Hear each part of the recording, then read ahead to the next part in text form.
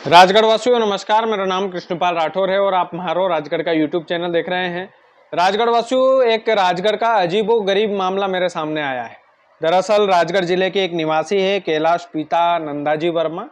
उन्होंने ये मामला मेरे पास भेजा है और इस मामले में दम भी है, इसलिए मुझे लगा कि राजगढ़ के लोगों के सामने, राजगढ़ के प्रशासनिक अमले के सामने इस परेशानी को बड़ी बेबाकी से रखना चाहिए, ताकि कैलाश पिता नंदाजी वर्मा की ये जो परेशानी है, इस परेशानी को हल किया जा सके। हो सकता है यही परेशानी इनके आस पड़ोस के लोगों की भी हो। कैलाश जी जो है वो सेमली कला गांव के रहने वाले हैं, खिलचीपुर तहसील में आता है। खिलचीपुर तहसील से रेलवे लाइन निकल रही है राजगढ़ वालों, और हम सभी को पता है कि राजगढ़ जिले में रेलवे लाइन निकल रही है तो ये एक बड़ी सौगात तो है, लेकिन उसके कई सारे लोगों के लिए उस रेलवे लाइन के नुकसान भी है, उस रेलवे लाइन के जो है फायदे भी हैं। लेकिन कैलाश जी वर्मा का एक कहना है, वो ये कहना है कि उनका जो घर है वो रेलवे क्रॉसिंग ब्रिज के पास में है, जो सेमली कला से भोजपुर बाईपास तक जाना है। वो जो रेलवे क्रॉसिंग ब्रिज है राजगढ़ वालों, वो सेमली कला से लेकर भोजपुर बाईपास तक की दूरी तक जाता है। उसी बीच में कैलाश जी का घर आता है और उस घर की तस्वीरें मैं आपको दिखाना चाहता हूँ। इस घर की तस्वीरें देख लीजिए। अभी हाल ही में कैलाश जी ने जो जुगाड़ लगाया है वो हमारे मालवी में निसन्नी, जिसको हम बोलते हैं लकड़ी की भाषा, लकड़ी की बनी हुई होती है, सिंपल सी भाषा में हम उसको निसन्नी बोलते हैं। तो ये जो निसन्नी है, इससे उतरते चढ़ते हैं और इसी से आना जाना इनका है।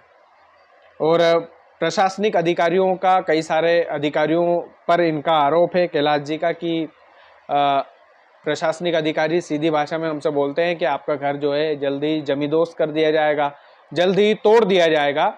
उनको घर तोड़वाने से कोई परेशानी नहीं है, अगर शहर का विकास हो रहा है तो बिल्कुल होने दीजिए, कोई दिक्कत नहीं है। हमको घर तोड़वाने से परेशानी भी नहीं है सर, आप घर तोड़िए, लेकिन हमको उचित मुआवजा जो मिलना है उसकी जानकारी तो प्रॉपर तरीके से दी जानी चाहिए, सही ढंग से दी जानी चाहिए। तो सही ढंग से उनको मुआवजे की जानकारी दी नहीं जा रही है, उनका पहला कहना तो ये है। दूसरा कहना ये है कि अधिकारी जो है वो हमसे मकान तोड़ने का बोलते हैं, लेकिन मुआवजा कितना मिलेगा, कब मिलेगा, इसकी कोई जानकारी हमें नहीं दी जाती है। तीसरा उनका जो आरोप है वो आस पड़ोस के पड़ोसियों पर है कि एक और मैं तस्वीरें आपकी स्क्रीन पर आप देख रहे होंगे, तो ये जो तस्वीरें हैं इनमें आप गौर से देखेंगे तो आसपास जो है वो रास्ते बंद कर दिए गए हैं। आस पड़ोस के जो मकान हैं, मकान मालिक हैं, उनके द्वारा रास्ते पूरी तरीके से ब्लॉक हो गए हैं। तो केवल और केवल इनका जो रास्ता है वो निसन्नी से आना जाना है। अब इसमें तीन तरीके की चीज़ें हो गई। पहली तो ये है कि बकायदा जो है इस मामले में पूरी जानकारी प्रशासनिक अधिकारियों को स्पष्ट तौर पर दी जाना चाहिए, के द्वारा स्पष्ट तौर पर दी जाना चाहिए कि इनको मुआवजा कितना मिलेगा, मिलेगा कि नहीं मिलेगा, और इनका मकान कब तोड़ा जाएगा कि नहीं तोड़ा जाएगा।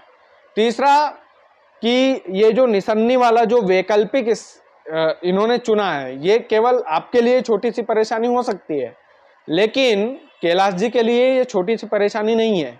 आसपास के पड़ोसियों ने जो मकान से इधर और पीछे जाने वाला जो रास्ता था वो पूरी तरीके से ब्लॉक कर दिया है। तो कुल मिलाकर बात यह है कि स्पष्टता से अधिकारियों को इस मामले में संज्ञान लेने की आवश्यकता है। आवश्यकता इस बात की है राजगढ़ वालों कि केवल और केवल ये पहला मामला नहीं है जो इस तरीके का आता है। रास्ते के कई सारे मामले मेरे पास आते हैं, प्रशासनिक अधिकारियों के पास कई सारे आवेदन आते होंगे कि हमारा रास्ता ब्लॉक हो गया है, हमें घर से निकलने की जगह नहीं दी जा रही है, आस पड़ोस वालों ने रास्ता ब्लॉक कर दिया है, लेकिन उसमें प्रशासनिक अधिकारी सही ढंग से एक्शन लेने में राजगढ़ के अधिकारी नाकाम रहते हैं। तो वो नाकाम क्यों रहते हैं? उच्च स्तर से इसकी जांच होना चाहिए। कितने मामले ऐसे आते हैं जो रास्ते ब्लॉक होने के होते हैं, कितने मामले ऐसे आते हैं जो एक आदमी के लिए बिल्कुल नासूर बन जाते हैं। ये कैलाश जी वर्मा के लिए बिल्कुल नासूर मामला है। एक तरीके से आप ये सोच सकते हैं कि ये सेमली कला से भोजपुर बाईपास जाने वाला जो रेलवे क्रॉसिंग ब्रिज है, यहाँ पर इनका घर है और इन्होंने ये परेशानी हम तक भेजी, तो मुझे लगा कि बिल्कुल इनका मामला उठाया जाना चाहिए, राजगढ़ के प्रशासनिक अधिकारियों तक इनकी बात पहुंचाया जाना चाहिए। इसलिए मैंने वीडियो बनाया है और राजगढ़ के प्रशासनिक अधिकारियों तक इस तरीके के कई मामले पहुंचते होंगे, तो उन मामलों का निराकरण होता है कि नहीं होता है, या फिर समोसा रखकर खा जाते हैं राजगढ़ के अधिकारी उन आवेदनों में, ये सबसे बड़ी बात है। ये चर्चा का विषय होना चाहिए। बाकी आप लोग वीडियो को ज़्यादा से ज़्यादा शेयर कीजिए। चैनल यदि आपने सब्सक्राइब नहीं किया है तो प्लीज़ कर लीजिए। बहुत बहुत धन्यवाद।